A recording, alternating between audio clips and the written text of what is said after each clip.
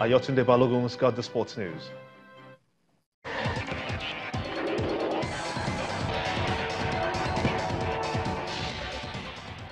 Yes, indeed, Gimba. Well, the Super Eagles of Nigeria has retained their 4th position on the African continent, but dropped 2 places from her previous 44th position in the FIFA World Rankings released today.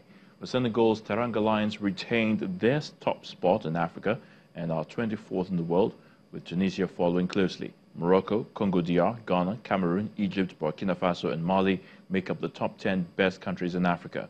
The next rankings will be published on April the 4th. The European football governing body UEFA has elected Alexander Ceferin as president for another 4-year term at the helm. Ceferin was confirmed in office today by all 55 UEFA member associations, that's delegates at the 43rd UEFA Ordinary Congress in Rome, Italy.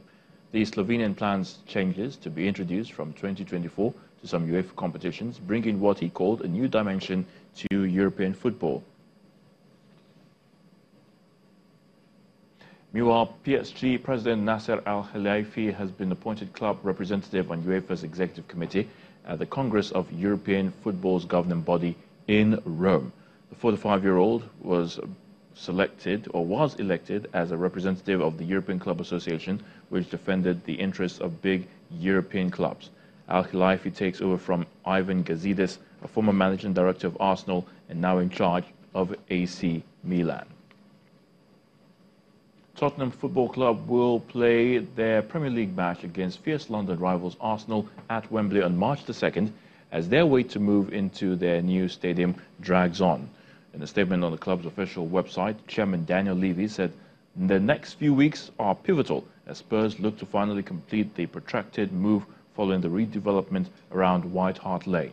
The club have already confirmed 3 more Premier League fixtures as well as the Champions League last 16 home leg against Borussia Dortmund, which will all take place at the National Stadium, Wembley. And Haas Formula One have unveiled a new black and gold livery for the 2019 season, becoming the first team to reveal the images of its 2019 car. And the new design comes as part of a new title sponsorship deal with an energy drink company, which also resulted in the team's name formally changing to Rich Energy Haas in Formula One. Haas, who has entered the sport in 2016, have run cars with a black, grey and red livery up until now, but have made a drastic switch as unveiled at a livery launch event in the City of London.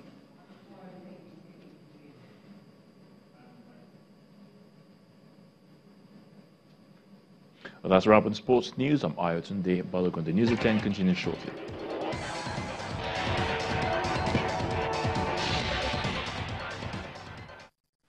Six people have been killed by a gas explosion in an abandoned coal mine in South Africa. 22 people are believed to be trapped underground after the blast. The 22 are believed to be part of a group of 42 who had been trying to steal electrical cables from the underground mine when the blast occurred. Local media report that emergency teams were at the Gloria mine in Mpumalanga province, but it's too risky for them to try to rescue the trapped group because of the high levels of toxic gas there.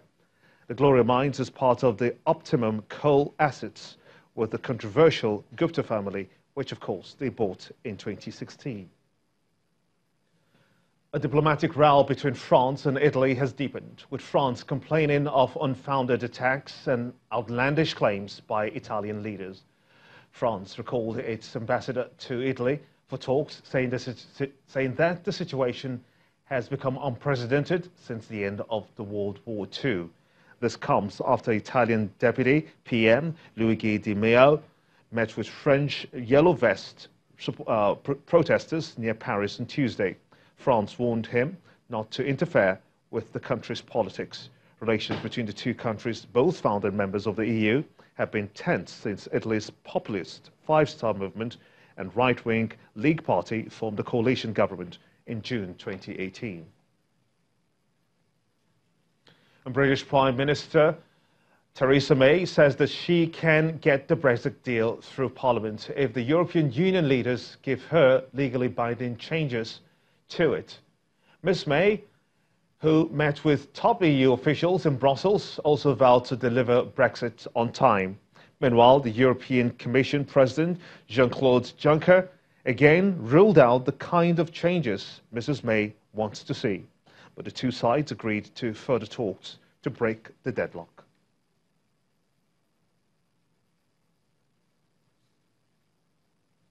And the main news again, the Independent National Electoral Commission today insisted that elections will hold as scheduled, rules out any plans to postpone the elections.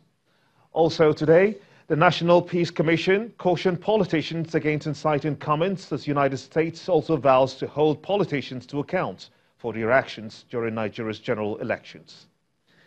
And the Academic Staff Union of Universities, ASU, suspends its 3-month-old strike after another round of meetings with federal government delegates.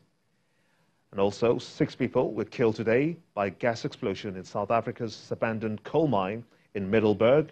About 20 others are still trapped.